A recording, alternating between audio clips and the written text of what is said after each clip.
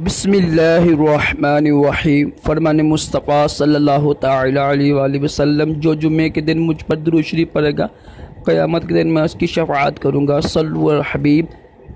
दाएँ हाथ से खाना खाना सुन्नत मुबारक है। राशिद अत्तारी न्यू रूहानी इलाज लेकर पेश खिदमत है। आज हम एक रूहानी इलाज सुनेंगे। जो लोग मोटे हैं ना, यानी जिनका पेट बड़ा हुआ है, चर्बी आई हुई है, तो ये रूहानी इलाज कीजिएगा।